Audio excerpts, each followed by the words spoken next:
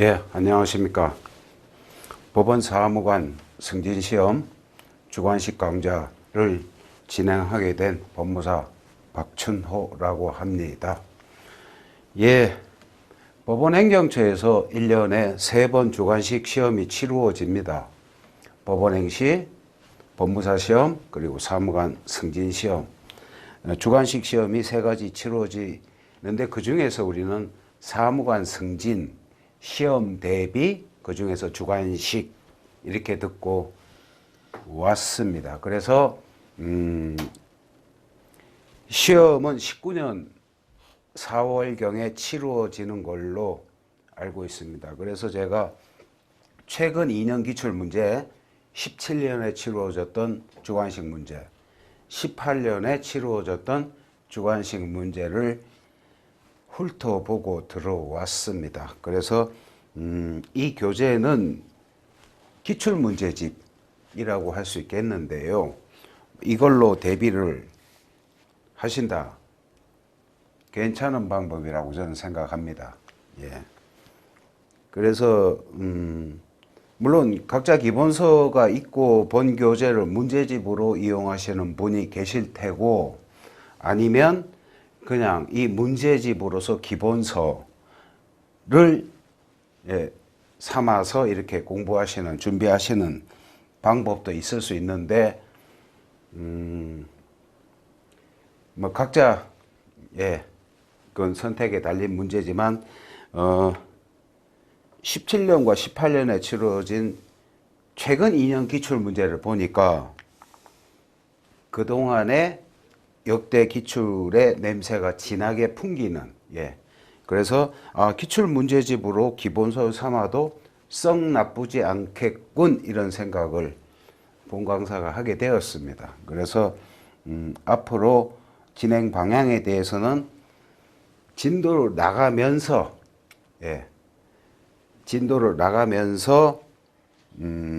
말씀드리고, 그리고 주로 이 교재를 기본서로 하셨다면 시험 일주일 전에 이거 다 보셔야 됩니다. 그죠? 시험 과목이 민법, 민소, 형법, 형소 등 이렇게 한 과목만 시험 치는 게 아니지 않습니까? 그죠? 그래서 사람의 기억력이라는 것이 한계가 있기 때문에 기록을 남겨서 업적을 평가받는 학위 공부와는 달리 우리는 하루 만에 평가를 받는 어떤 시험을 위해서 공부를 하기 때문에 최근의 기억에 의존하여 시험 치는 것이 시험에 유리하다. 그 최근이란 어느 정도냐? 제 경험도 그렇고 보통 사람들 주관식 시험 친 사람들의 이렇게 의견을 들어보면 그것이 보통 2주다. 그러니까 시험이 만약에 몇 년, 몇 월, 며칠이면 역으로 소급해서 2주 안에 다 읽지는 못하더라도 책을 넘길 수 있는 정도로 정리가 되어 있는 교재가 있어야 된다. 그걸 위해서 1년이든 2년이든 우리가 준비를 하는 것입니다. 그죠? 그래서 시험이 1주 또는 2주 남았을 때 이 교재가 정리될 수 있게끔 제가 도와드리는 게 제 역할이다. 그런 생각을 하고요. 그리고 이 시험은 다른 시험과 달리, 물론 법행이나 법무사와는 달리 객관식 시험을 치른 다음에, 그렇기 때문에 굉장히 사전 지식이 풍부한 상태에서 지금 주관식을 치게 되는 겁니다. 그죠? 그래서 그걸 제가 염두에 두고 책 정리를 함께 해 나가도록 하겠습니다. 그리고 유의사항은 이 주관식 시험 칠 때는 법전 주는 걸로 알고 있습니다. 제가 그렇게 들었습니다. 그래서 객관식 때 소홀히 했던 그 조문 공부, 물론 조문을 소홀히 해서 어떻게 객관식을 통과하겠습니까? 많은 시험을 칠 때는, 주관식 시험 칠 때 법전이 주어지면 법전을 활용할 수 있는 방법. 예. 이걸 자유자재로 만질 수 있어야 주관식에서 고득점을 하게 됩니다. 그리고 예, 이상 각설하고 진도 나가시죠. 책을 딱 폈습니다. 첫 번째 문제 황당하게 나왔습니다. 그죠? 예, 민사소송의 이상에 대해서 약수를 하고 그 구현을 위하여 현행 민사소송법에서 채택하고 있는 내용, 제도를 열거하시오. 책 맨 앞에 어떤 내용이냐 하면 민사소송법을 끝까지 다 공부해야 알 수 있는 내용을 맨 앞에다 이렇게 하셨습니다. 그죠? 예. 지금 이걸 다 알면 지금부터 민사소송법 공부 뭐하러 하겠습니까? 그죠? 민사소송법 다 안다는 얘기인데, 그죠? 그래서, 법전을 한번 펼쳐 보겠습니다. 시험장에서 주는 법전, 법원행시, 법무사 등 이렇게 가급적이면 이 법전을 자꾸 만지시는 게 좋습니다. 예. 시험장 무기니까요, 이게. 그래서 민사소송법을 딱 폈습니다. 제1조에 있군요. 제1조. 같이 읽어볼까요? 민사소송 이상과 신의성실의 원칙. 법원은 소송 절차가 공정하고 신속하며 경제적으로 진행되도록 노력해야 한다. 법원이 그렇게 노력한다. 2항. 그럼 당사자와 소송관계인에 대해서 또 명령을 하고 있습니다.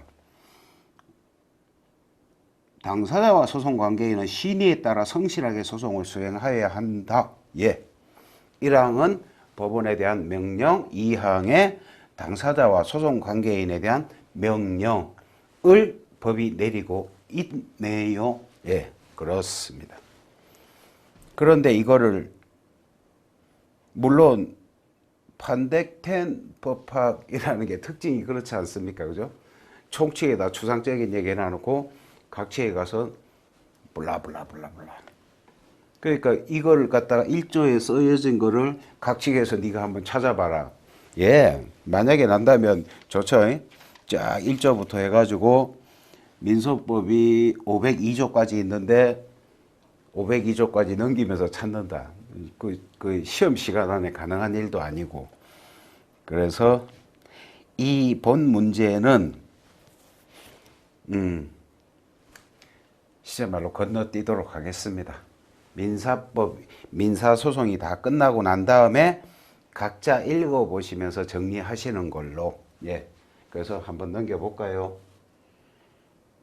적정을 위한 제도 있습니다. 그죠? 적정. 나름 목차, 이게 어떤 기본서 목차인 것 같은데, 법전에는 그렇지 않습니다. 적정이라는 표현 쓰지 않고 공정하라고 썼어요. 공정. 공정, 신속, 경제, 이렇게 했는데, 공평, 적정, 공평. 이 어떤 기본서 목차인 것 같습니다. 신속, 경제, 신의칙. 예, 좋습니다. 그 중에서 신의칙에 대해서는 종전부터 단문이 있었습니다. 그죠? 민사소송상 신의칙에 대해서 논하라. 그래서 예전부터 공부한 기억이 납니다. 이거는. 시험에 나오기엔 좀 그렇습니다. 예, 좋습니다. 일무는 그렇게 대체를 하고 우리가 민사소송법 제1조를 읽으면서 앞으로 법전과 친해집시다 라는 얘기로 하고 끝나고 나서 한번 읽어보는 걸로 대체를 하겠습니다. 예, 그 다음 문제 한번 보십시오. 주체 법원 나왔습니다. 사례제처. 예, 좋습니다. 주관시 민사소송법을 우리가 준비하면서 법원 다음에 당사자 나오지 않습니까? 그죠? 법원 당사자 나오고, 그 다음 1심, 변론, 증거, 이런 순서로 민소법이 진행이 되는데, 법원 파트를 우리가 이렇게 당사자 앞에, 예, 이렇게 보면은 주관식 준비할 때는 보통 합의관할하고 이송, 예, 그 두 가지 쟁점만 공부하고 건너뛰는 게 상예였습니다. 그죠? 객관식 준비가 아니라 주관식 준비할 때 논술 또는 사례형으로 나올 때 대비해서 당사자 앞에서는 합의 관할, 그것도 효력, 그 파트 사례쟁점 준비하고 소송의 이송은 통째로 다 공부하고, 예.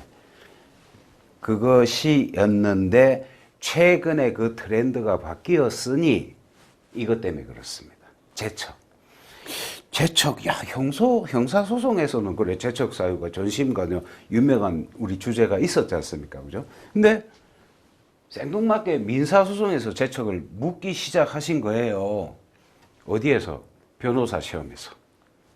몇 년 됐습니다. 한 3, 4년 됐습니다. 객관식으로 자꾸 던지다가 느닷없이 그냥 주관식으로 탁. 모의 시험, 변호사 시험 치는 사람들은 좋습니다. 그 모의 시험이 있거든요. 1년에 법무부에서 3번 정도 이렇게 모의 시험을 칩니다. 로스쿨 학생들을 상대로. 3번 정도 모의고사 친 다음에 그 본 시험이 변호사 시험인데 거기에 보면 1년 동안 친 모의고사 시험하고 유사하게 이렇게 출제를 해가지고 그 중에서 이게 변호사를 선발하게 되는 그런 제도가 있습니다. 그래서 저는 법무사 시험을 준비하느라고 그 시험 문제를 모의고사부터 시작해서 기출 문제니까 이렇게 보았는데 자꾸 모의고사에서 제척을 자꾸 내시더라고요. 왜 민사소송에서 제척을 내실까? 아, 시제 판례 사안이 있어. 예. 그러더니 탁 나오더니 16년에 드디어 법행에 이걸 던지신 거예요. 전혀 다르죠. 이건 법원행정처 시험이고 그건 법무사 시험인데 아, 이 서로 기출 문제를 서로 참고하시는구나. 제가 16년은 예, 이 법원행시에서 제책이 나와서 그래서 제가 야, 큰일 났다 이거. 관할을 원래 그냥 넘어갔는데 합의관을 하나 하고 그냥 넘어가는 데인데 제척도 이제 공부해 시험 보면 이제 들어온 거예요. 그렇습니다. 그래서 이 문제에 대한 그냥 말씀이었고 실제 문제를 한번 보시죠. 잘 보이시죠? A 토지의 소유자인 을은 A 토지를 점유하고 있는 갑을 상대로 토지 인도를 구하는 소를 제기하였다. 총 50점짜리 문제 중에서 잘랐습니다. 그죠? 2번, 그 중에 2번 문제 묻기를 제척을 물으신 거예요. 그죠? 제1심에서 을이 법관을 상대로 기피 신청하였으나 소속법은 합의부 기각 결정이 내려졌다. 그 후 패소한 을이 항소하였는데 항소심 재판장이 제1심 기피 신청 재판에 관여한 법관이라면 제척 사유에 해당하는지 설명하시오. 15점 좋습니다. 요즘에 치루어지는 법원행시, 법무사, 변호사 다 사례형으로 물었을 때 그것도 소문 분할 형식으로 이렇게 물었을 때 답안지 형식은 이렇습니다. 답을 먼저 쓰라고 그래요. 그죠? 답을 먼저 쓰고 그 다음에 논거해가지고 이유를 제시하는 겁니다. 요런 우리도 사례에 대해서는 저런 형식으로 하겠습니다. 그죠? 그러니까 답을 쓸 때는 이렇게 하겠죠. 답안지에다가 2점 결론 예, 답 이유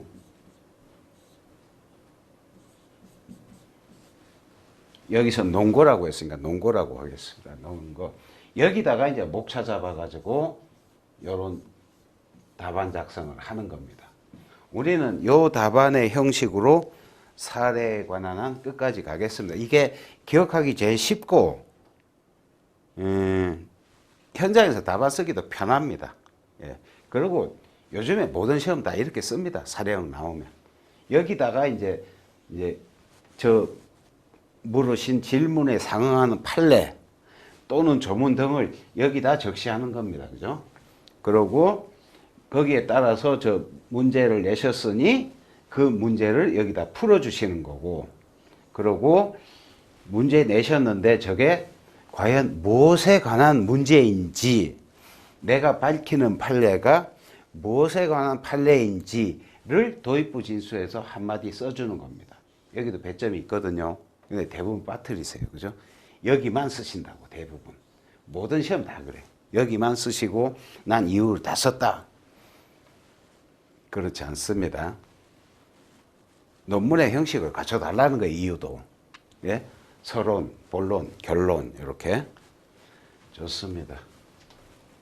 그러면 이 문제를 한번 풀어봅시다. 해당하는지 안 되는지는 우리가 이걸 알아야 돼. 그죠? 판례는 이거거든요. 이게 판례인데, 물론 41조 5호를 찾을 줄 알아야 돼. 그죠? 저 문제에다는 답에 41조 5호가 이렇게 언급되어 있고 판례가 이렇게 되어 있는 거지, 전혀 41조 5호라는 말이 문제에 없지 않습니까? 그죠? 그럼 우리가 자력으로 이 법전에서 41조를 찾아내야 되는 거예요. 그래서 이걸 또 열어보겠습니다. 41조입니다. 41조 법관 등의 제척 기피 회피, 법관 등이라고 했습니다. 그죠? 등에 누가 들어가 있습니까? 법원 사무관 등 들어가시는 겁니다. 사무관도 제척이 되는 거예요. 그죠? 법관 등, 사무관, 물론 통역, 번역, 감정인 이런 사람들도 다 여기 제척 사유가 적용됩니다. 제척의 이유 봅시다. 법관은 다음 각호 가운데 어느 하나에 해당하면 직무집행에서 제척된다. 그래서 5호를 보니, 예, 1, 2, 3, 4를 쭉 보니까, 예, 제척돼야 될 것 같습니다. 근데 이 문제는 5호입니다. 법관이 불복 사건의 이전 신급 재판에 관여하였을 때, 다만 다른 법원 촉탁에 의했을 땐 그러하지 않다. 5호를 물으셨는데 변호사 시험에서는 1호를 물으셨어요. 1호를. 변호사 시험에서는 법관이 그 종중원인데 그 종중의 토지에 관한 분쟁이 생긴 거예요. 근데 그 법관이 종중원인 거예요. 그래서 1호의 제척 사유에 해당하느냐라고 물으신 변호사 시험 문제가 있습니다. 우리 시험에서, 법원행시에서는 5호를 물으셨습니다. 그래서 41조 5호를 먼저 우리가 적시를 해야 되겠죠. 그죠? 이유를 대면서 41조 5호는, 예, 전신관여에 관한 것인데 이렇게 한다.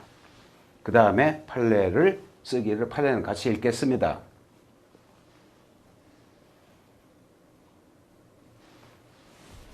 요만큼입니다.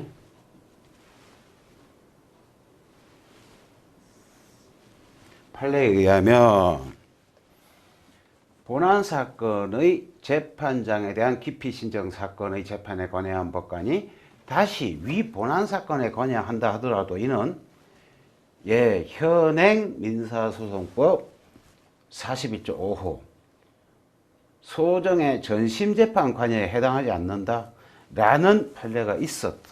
예. 이게 아마 객관식 시험을 치르고 올라오신 분이기 때문에 주관식에도 구석진 판례를 물으신 것 같아요. 예. 굉장히 구석진 판례라고 봐야죠. 91년도에. 사안은 끝까지 보십시오. 항소심의 재판장이 1심의 기피신청 재판에 관여한 법관인 경우인데, 사안은 이런 경우인데, 기피신청 재판은 1심의 신급과 별개의 재판 절차이고, 키워드다. 그죠? 답안에 꼭 들어가야 되는 거예요. 1심의 신급과 별개의 재판 절차이고, 그러한 기피신청 재판에 관여한 것이 1심 재판의 편결 및 재판서 작성에 관여한 경우라고 볼 수 없으므로, 이 말은 좀 우리가 못 쓸 것 같아요. 그죠? 별개의 재판 절차니까 과연 그게 전심 관여라고 할 수 있느냐. 그래가지고 41조의 채척소에 해당한다고 볼 수 없다. 이렇게 답안을 쓰시면 될 것 같습니다. 아까 우리 답안 형식에다가 넣으면 그렇습니다. 그죠? 결론, 이유. 여기다가는 아까 그 말. 이게 어떠한 경우인데 판례에는 이러한 판례가 있다. 사안에서 문제의 최종 결론을 풀어주는 겁니다. 그죠? 요렇게 대부분 주관식 시험에 채점 기준표도 이렇게 작성하실 겁니다. 그죠? 우리가 미루어 짐작할 건데 답이 맞고 이유가 맞아야 되는데 이유가 논문의 형식을 갖췄네. 완벽하군. 여기다 41조 5호 전문도 찾았고 저 판례에 써줬다. 아마 할애된 배점을 다 주실 겁니다. 이렇게 쓰시면. 그렇습니다. 그래서 종전에는 그냥 넘어가던 부분이었는데 제척도 이제는 우리가 공부를 합니다. 법원행시, 법무사, 사무관 승진, 법원행정처에서 치루어지는 주관식 시험을 대비하기 위한 수험생들은 이제는 제척도 공부를 합니다. 다음 문제 보시죠.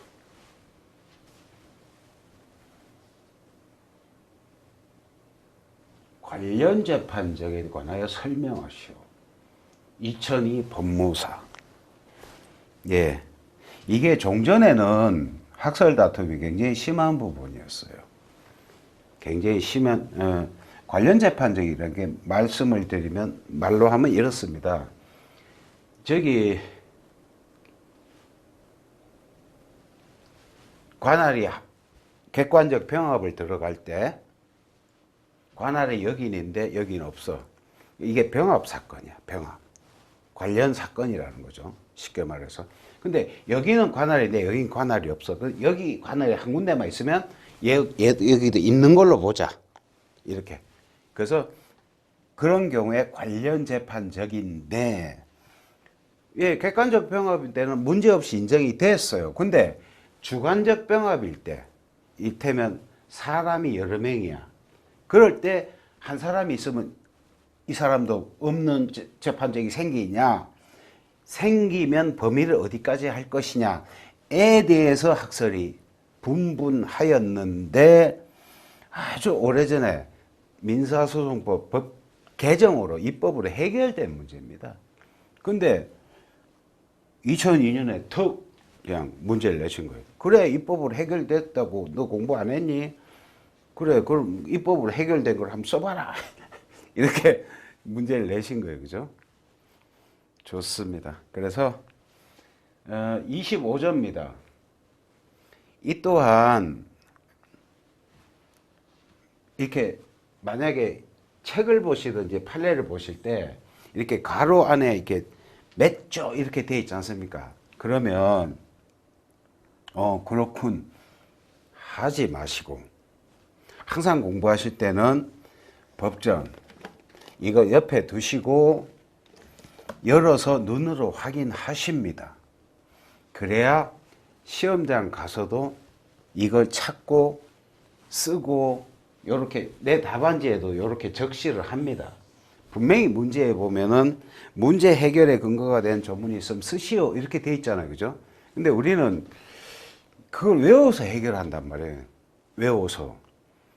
절대 그럼 시험 되게 힘들어집니다. 판례 외우기도 힘든데 언제 조문까지 외웁니까? 조문을 외우지 말라고 주지 않습니까? 그죠? 근데 이거를 평소에 공부할 때 자꾸 열어보지 않으면 시험 칠 때도 찾을 줄을 몰라. 이거를. 그게 좀 이렇게 주관식 시험 친 사람들의 어떤 맹점이라고 할 수 있습니다. 그래서 처음 나왔으니까 지금 강조 말씀 드리는 겁니다. 반드시 25조군 하지 마시고 법전을 열어가지고 25조 관련 재판적 이렇게 되어 있군. 이렇게 꼭 하십니다. 제가 나올 때마다 지적은 하겠습니다. 법무사 강좌에서는 제가 이렇게 하면은 관련 재판전 같이 읽습니다. 막 법전을. 예. 그래야 막 이거를 가지고 좀 수강하게끔 어떤 강사로서 강요하는, 예. 막 읽어버리면 어쩔 수 없잖아요. 그죠? 아, 저 사람이 뭘 읽는지. 예, 막 이거 읽습니다. 계속 지금. 여러분도 마찬가지입니다. 법전 주시는 걸로 알고 있습니다. 시험 시행처에서. 그럴 때 법전을 이용하는 게 빨리 이용하고 빨리 답안을 써야 시험에서 남보다 유리하지 않겠습니까? 그죠? 외워서 해결하지 말라. 예. 25조. 의의는 최소한, 그죠? 원고가 하나의 서로서 여러 청구를 하는 경우에 그중 하나의 청구에 관하여 관할권이 있으면 본래 그 부분에 법정 관할권이 없는 남의 청구도 그곳에 재판적이 생기는 것을 말한다. 예. 뭐 취지는 어떻게 외우겠습니까? 우리가 생각해도 소송 경제죠. 예. 좋습니다. 적용 범위, 객관적 병합의 경우에 저 1항에 보면은 25조 1항에 보면은 이거 보는 것보다는 차라리 법전 보는 게 빠르겠습니다. 25조 1항을 같이 보시죠. 25조 1항. 하나의 서로서 여러 개 청구를 하는 경우에는, 예, 그런 경우에는 제2조 내지 제24조의 규정, 이 뭐겠습니까? 관할 규정이에요, 관할 규정. 2조에서 24조 보면 전부 다 관할이에요. 예. 2조 내 24조의 규정에 따라, 관할 규정에 따라 그 여러 개 가운데 하나 청구에 대한 관할권이 있는 법원에 소를 제기할 수 있다. 이 말은 여러 개 가운데 하나의 청구에 관할권이 있어. 그러면 하나의 청구에 관할권이 있으면 다른 하나의 관할권은 없다는 거죠. 그죠? 걔도 같이 관할권이 생긴다는. 예, 그 말씀이에요. 그게 1. 객관적 병합의 경우 해가지고 이 1항을 설명하신 거예요. 1항, 뭐, 이렇던, 뭐, 그렇다, 이렇다. 아주 복잡하게. 문제는 여기. 2항이거든요, 여기가. 아까 그게 1항. 요게, 25조 2항의 경우예요. 2항을 같이 읽어봅시다. 25조 2항. 소송 목적이 되는 권리나 의무가 여러 사람에게 공통되거나, 어디서 많이 본 조문이다. 그죠? 예, 맞습니다. 65조 주관적 공동소송의 그 조문입니다. 계속 소송 목적이 되는 권리 의무가 여러 사람에게 공통되거나 사실상 또는 법률상 같은 원인으로 말미암아 여러 사람이 공동소송인으로서 당사자가 되는 경우에는 제1항의 규정을 준용한다. 이렇게 돼요.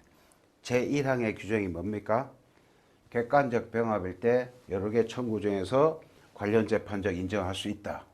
그 얘기를 2항에도 적용한다. 같이 적용하자 이 말입니다. 그 말을 보고 나서 이걸 보니까 객관적 병합의 경우 이론이 없으나, 예, 원래부터 인정이 됐어요. 객관적 병합은. 공동소송의 경우 확대 적용이 가능한지 종래 학설상 다툼이 있었다. 지금은 법으로 해결되었다. 개정 전 학설과 판례까지 우리가 알아야 될까요? 저는 그렇게 생각하지 않습니다. 책에 있으니까, 그죠? 우리는 책에 있군 이렇게 참고하시면 됩니다. 과연 우리 치루어진 시험 2019년 4월에 내가 뭐 쓸 건가 그걸 고민해야지. 물론 기출문제로서 연역적인 의미는 있습니다만 개정됐는데 뭐 개정된 법 25조를 알면 되지 무슨 개정 전, 예, 좀 낭만적인 얘기 같죠? 예, 좋습니다. 그 법이 90년에 개정됐답니다. 그죠? 90년에 25조 2항은 이렇게 준용한다. 고하여 25조 2항은 금방 우리가 읽었죠. 그죠? 입법에 의해 저충설이 뭔지 알 필요 없습니다. 그죠?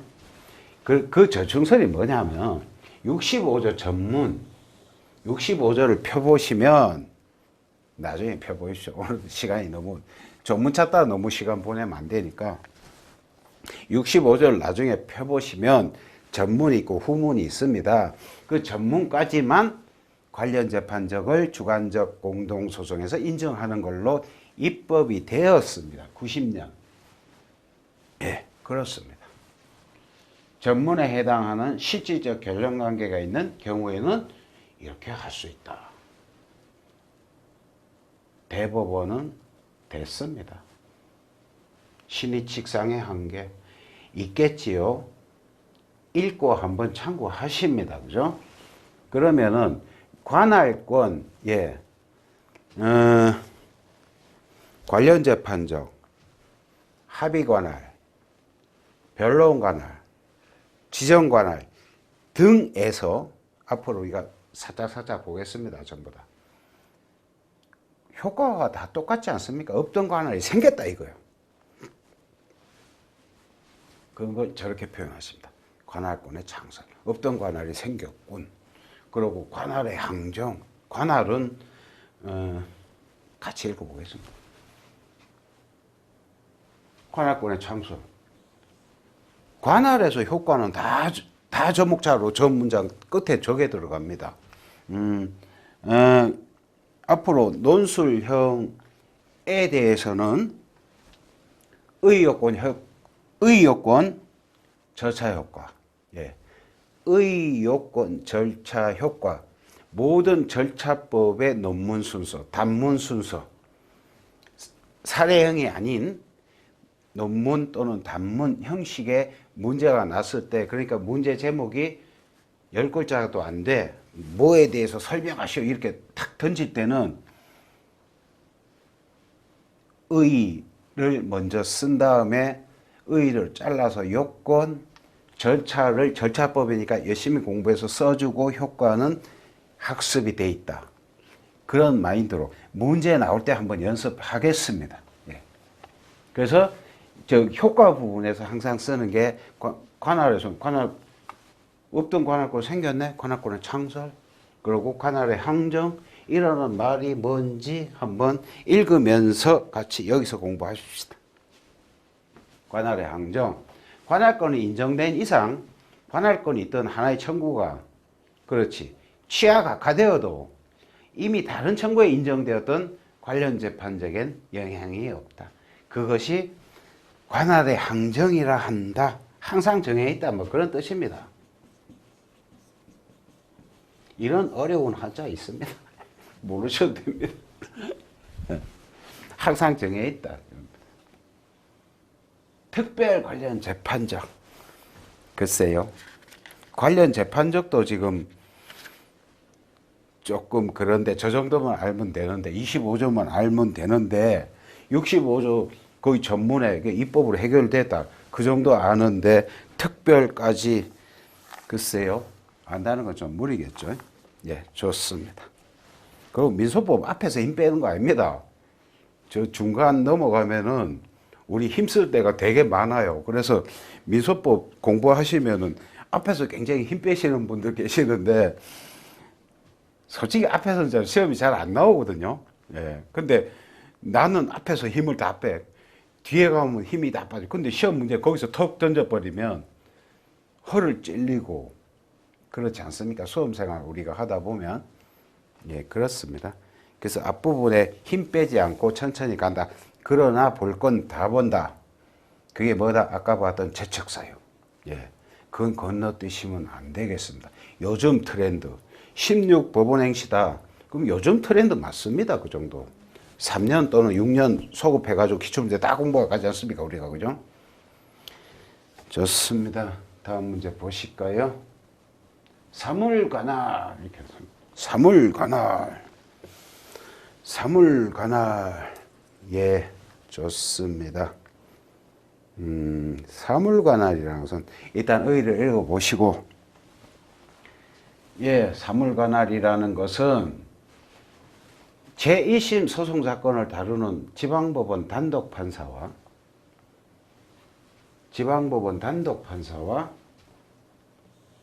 지방법원 합의 사이의 사건의 경중을 기준으로 하여 재판권의 분담 관계를 정해놓은 것을 사물관할이라 한다. 민사에서는 속가가 얼마, 형사에서는 형량이 얼마를 기준으로 하지 않습니까? 그죠?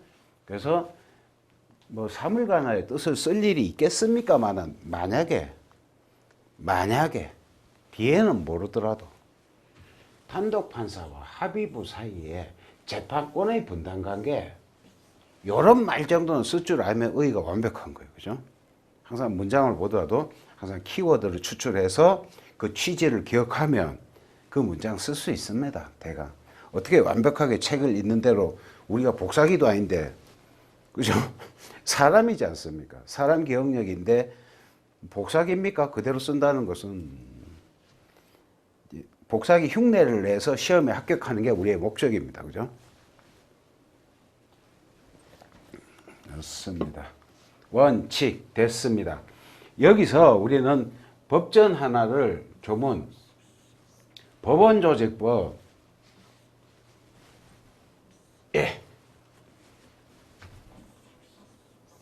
법전만 찾고 지나가겠습니다. 여기는 법원조직법을 혹시 시험 현장에서 찾아야 될 경우가 있어요. 그죠?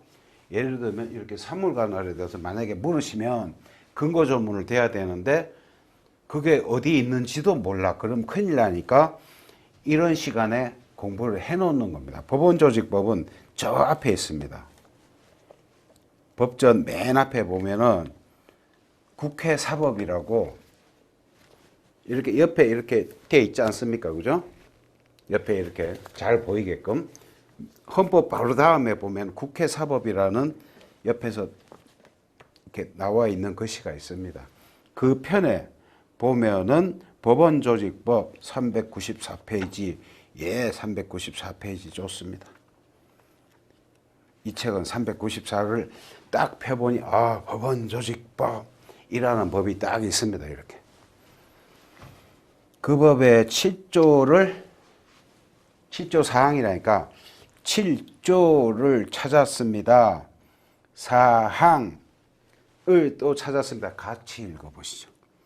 지방법원, 가정법원, 해생법원과 지방법원 및 가정법원의 지원, 가정지원 및 시군법원의 심판권은 단독 판사가 행사한다.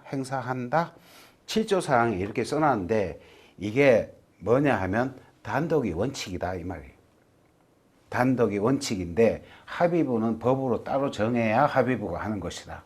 원칙이 합의부라는 게 아니에요. 사물관할에서. 이렇게 써놨습니다. 그죠? 원칙적으로 단독이 원칙이에요. 합의가 원칙이 아니라. 그래서 32조를 또 한번 찾아보겠습니다. 열었으니까 법원조직법. 법원조직법을 다 알아야 되는 게 아니라 우리가 공부하는 과정에서 찾은 조문 있지 않습니까? 그죠? 그런 것은 어떻게든 내가 한번 찾으면 표시를 합니다. 거기다가. 뭐 조문 번호에다 이렇게 밑줄을 숫자 끊어 놓는다든지. 그래야 다음에 만약에 그걸 찾게 됐을 때 이렇게 분명히 내가 옛날에 한번 찾은 것 같은데 또 생소하군. 이렇게 느끼면서 법전하고 친해지는 겁니다. 표시를 하시고 32조로 또 가시죠. 법원조직법 32조. 합의부의 심판권. 보니까 지방법원과 그지은 합의부는 다음 사건을 2심으로 한다. 하고 1, 2, 3 각 호에 이렇게 주로 중한 사건이다. 그죠? 쭉 나열되어 있습니다. 그렇군요. 그러면 합의부 심판권을 법원조직법에서 우리가 찾기 위해서는 32조에 보면 있는데 단독이 원칙이라는 말은 7조 사항에 선언하고 있군. 사물관할은 거기까지. 근데 합의부 관할, 법원조직법 쭉 뺏겨 놓으신 거예요. 쭉 뺏겨 놓으신. 보니까 제가 찾아봤는데 이것도 아니더라고요. 이거 제가 찾아보니까 5천만 원이에요. 바뀌었어요. 너무 옛날에 쓰신 것 같아, 답은. 5천만 원이고. 그리고 여기서는 책 정리를 하는 차원에서 단독 이것도 쭉 뺏겨셨고, 이 부분입니다. 속가. 여기서는 만약에 사물관화를 뭐 사례형으로 낼 수도 있겠습니다만, 사례의 한 쟁점일 수도 있겠죠. 그죠? 그럴 수 있겠습니다만, 만약에 이렇게 단문을 물었을 때는 핵심은 속가 맞습니다. 그죠? 속가예요, 속가. 속가에 대해서 쓰는 건데, 속가를 보니,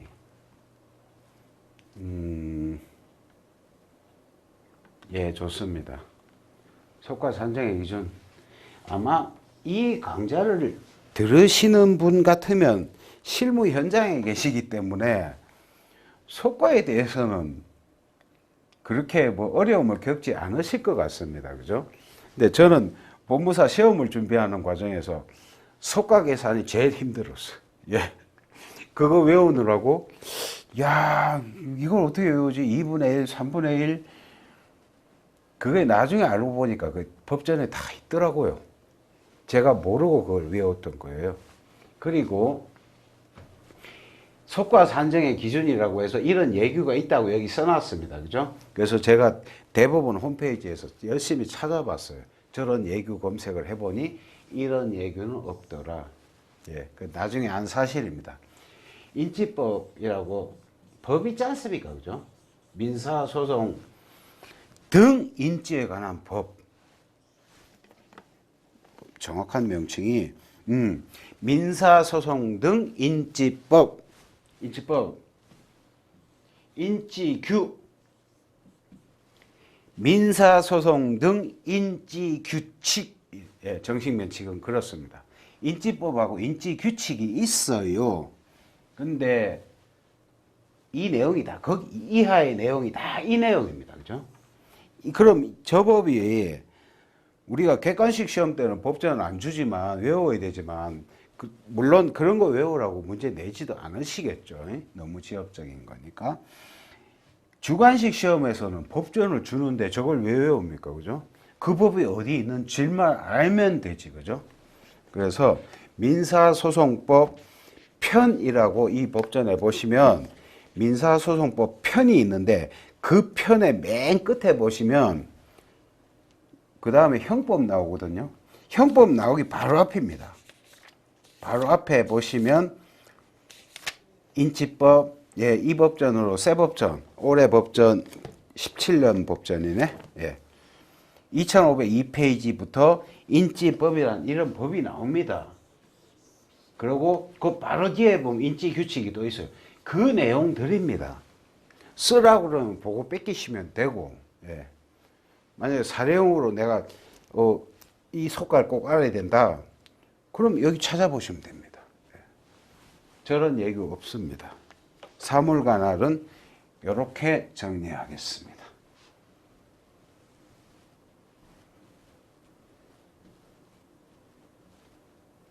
지정관할.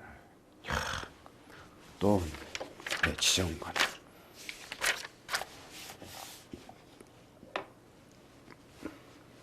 의의를 한번 읽어보시죠. 구체적인 사건에 관해 상급법원이 관할법 어딘가 지정하면 생기는 관할이다. 지정관할. 28조를 민사소송법 28조랍니다. 열어서 눈으로 확인합시다. 민사소송법 28조 관할의 지정 이렇게 되어 있습니다. 예, 좋습니다. 다음 작곡 갖고 가운데 어느 하나에 해당하면 관계된 법원과 공통되는 바로 위의 상급법원이 직근상급법원. 한글로 풀으니까 더 어렵습니다. 그죠? 직근상급법원이 그 관계된 법원 또는 당사자 신청에 따라 결정으로 포함하는 관할법원을 정한다. 1호 관할법원이 재판관을 행사할 수 없고 2호 관할이 분명하지 않다. 근데 이 항에 보니 결정에 대해서는 불복하지 말라. 관할 지정했는데 거기다 뭘 또 불복을 합니까? 그죠? 28조에 있는데 그걸 가지고 이렇게 길게 글을 써 놓으셨습니다. 그죠? 예, 좋습니다. 여기서 한번 볼까요? 의요건 절차 효과라고 그랬는데 이게 이래도 됩니다. 그죠? 의. 좋습니다. 의는 다 됐고 지정의 원인 이렇게 되어 있습니다. 그 다음 목차가 지정의 원인. 이게 요건이겠죠. 그죠? 언제 관할을 지정하는가. 예. 뭐 이렇게 쭉 써주고 절차에 해당하는 부분이 바로 나옵니다. 그죠? 근데 대부분 절차는 규칙에 규정되어 있습니다. 그죠? 이 규칙 이거를 찾으면 많이 쓸 수 있다. 그죠? 7조. 규칙 7조 1항, 2항. 이게 절차. 규칙을 찾아서 뺏겼다. 물론 나오지 않겠지만 만약에 예를 들어서 말씀을 드리는 거예요. 그죠? 예, 불복, 방법, 지정의 효력, 효과라면서요. 그게 예, 뭐 그냥 쓰려면 의 요건 절차 효과라면서요. 제가 가장 단순화시켜서 말씀드리면 이렇습니다. 법에서 내가 의를 외워야 되겠지만 만약에 못 외웠어. 그것이 내가 조문에 있는데 조문을 못 찾았을 때 얘기입니다. 조문에 있고 내가 찾았어. 가장 정확한 의의는 법전에 있어요. 그죠? 그게 의인 거예요. 의의를 단락, 그러니까 구와 절, 단락 잘라, 단어별로. 그럼 그게 요건이에요. 잘라서 분설하는 게 요건이에요. 그죠? 절차. 예, 절차와 방식에 대해서 내가 아는 게 있으면 쓰겠지만 대부분 민사소송 법에 관한 것은 민사소송 규칙의 절차가 자세히 규정되어 있는 경우가 많더라. 그래서 혹시 의심을 해보는데 민사소송 규칙도 한번 지적거려 본다. 그리고 옛날과 달리 법이 많이 정비가 됐습니다. 법의 순서에 따라서 규칙의 순서도 진행이 됩니다. 그래서 대충 법이 관할이다 그러면 관할에 관한 규칙도 대충 비슷한 위치에 있어.